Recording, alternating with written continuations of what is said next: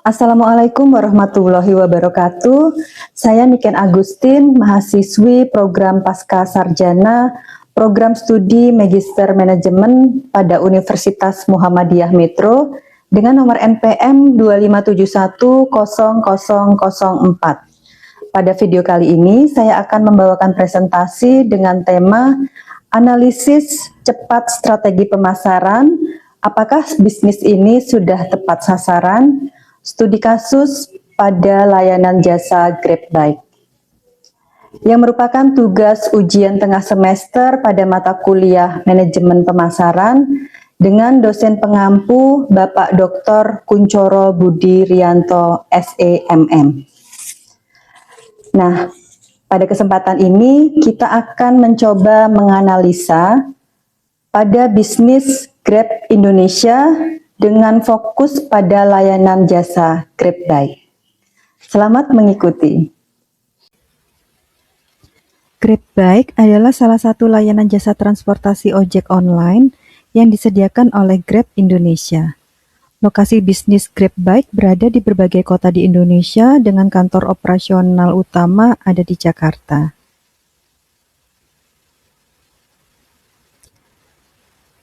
Target market GrabBike menyasar kepada mahasiswa dan pelajar karena membutuhkan transportasi yang cepat dan murah untuk pergi ke kampus atau ke sekolah. Juga karyawan dan pekerja harian karena membutuhkan transportasi untuk pergi ke kantor dan menghindari keterlambatan. Untuk masyarakat perkotaan karena tinggal di daerah padat lalu lintas dan membutuhkan transportasi yang fleksibel dan mudah dipesan. Dan pengguna digital lainnya karena mengutamakan kemudahan dan efisiensi. GrabBike memenuhi beberapa kebutuhan konsumen seperti transportasi yang cepat di tengah kemacetan, kemudahan pemesanan melalui aplikasi, harga yang relatif terjangkau, dan keamanan perjalanan melalui fitur GPS dan identitas driver. Juga efisiensi waktu tanpa harus mencari transportasi yang manual. GrabBike menawarkan layanan transportasi online yang cepat, praktis, aman, dan mudah diakses di mana saja dan kapan saja. Jenis layanan GrabBike antara lain ada GrabBike reguler yang menawarkan solusi tidak hanya praktis tapi juga ekonomis. Lalu ada GrabBike hemat yang menawarkan harga yang lebih terjangkau lagi, namun kekurangannya untuk jenis layanan ini kadang tidak muncul ketika kita akan memesan layanan dengan jarak yang cukup jauh. Lalu ada jenis layanan GrabBike XL yang menawarkan kenyamanan ekstra yang tidak didapatkan pada dua layanan lainnya.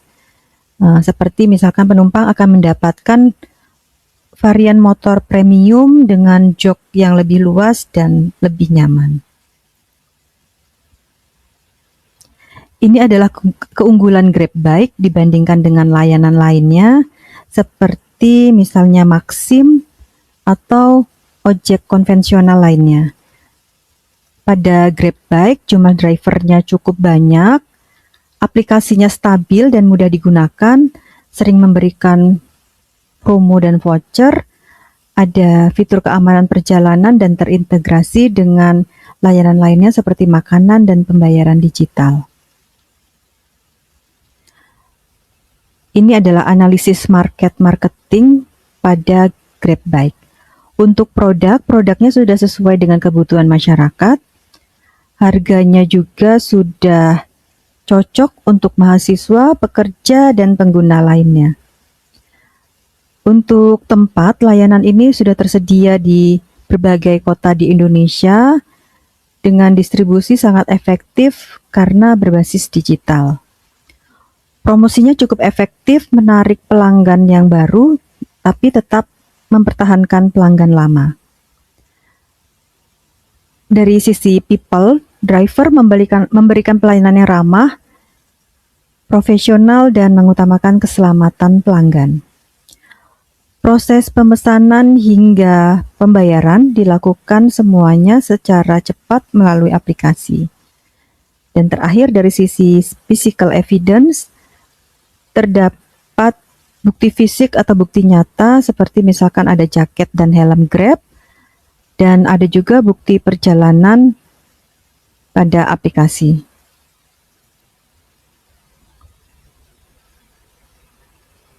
Ini adalah suara konsumen pengalaman pribadi saya menggunakan Grab Bike.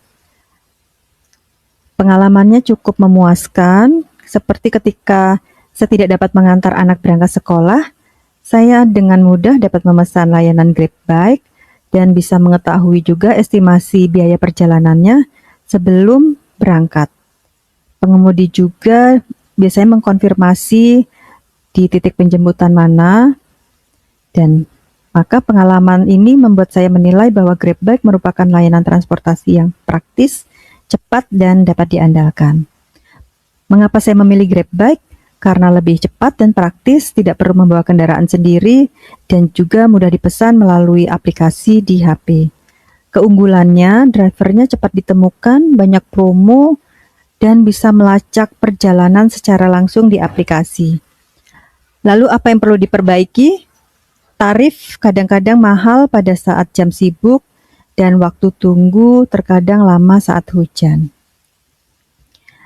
Ini adalah bukti pemakaian atau penggunaan jasa layanan Grab Bike. Terakhir saya memakainya pada tanggal 29 Mei, dan dengan harga yang cukup murah, saya mungkin akan mengulang untuk menggunakan layanan jasa Grab Bike. Pada slide ini terdapat perilaku pelanggan, mengapa pelanggan menggunakan Grab Bike. Karena praktis, hemat waktu, mudah diakses, dan cocok untuk mobilitas sehari-hari. Lalu apakah pelanggan akan menggunakan kembali? Kemungkinan besar iya. Sehingga hal ini menunjukkan adanya potensi loyalitas pelanggan. Dari sisi Customer Relationship Management, Grab menjaga hubungan baik dengan pelanggan melalui memberikan promo di aplikasi atau adanya notifikasi diskon, adanya layanan CS, lalu pemberian rating driver, ada fitur bantuan di pengaduan, dan serta aktif di media sosial. Lalu bentuk loyalitas pelanggan yang puas akan melakukan repeat order dan mungkin akan merekomendasikan kepada orang lain, dan juga akan menggunakan layanan lainnya yang terhubung dengan Grab Bike, misalkan seperti Grab Food, Grab Express, dan lainnya. Ini adalah prediksi dan peluang pengembangan. Apakah permintaannya akan berpotensi naik? Sepertinya ya, karena transportasi online masih memiliki pasar yang besar di Indonesia. Lalu tren apa yang bisa dimanfaatkan? Seperti penggunaan aplikasi digital, cashless payment, gaya hidup praktis, dan pertumbuhan ekonomi digital. Peluang pengembangannya, misalkan Grab Bike bisa memperluas layanan ke daerah yang lebih kecil, meningkatkan layanan ramah lingkungan, mengembangkan fitur AI dan personalisasi, dan memperkuat integrasi dengan layanan digital lain. Hal apa yang perlu disiapkan untuk naik kelas? Misalkan peningkatan kualitas pelayanan driver, penguatan keamanan pengguna, inovasi teknologi aplikasi, serta peningkatan kepuasan pelanggan. Nah, ini adalah masalah utama, seperti misalkan tarif tidak stabil, harga sering naik saat jam-jam sibuk atau saat hujan atau pada saat permintaan tinggi. Hal ini membuat sebagian pelanggan merasa keberatan. Lalu kualitas pelayanan yang belum konsisten, masih terdapat driver yang kurang ramah walau sangat jarang ditemukan. Lalu terdapat keterlambatan penjemputan dan komunikasi yang kurang baik. Untuk rekomendasi, bisa meningkatkan standar pelayanan driver, lalu membuat program loyalitas yang lebih menarik, memperkuat strategi promosi dan personal branding. Demikian, terima kasih banyak. Wassalamualaikum warahmatullahi wabarakatuh.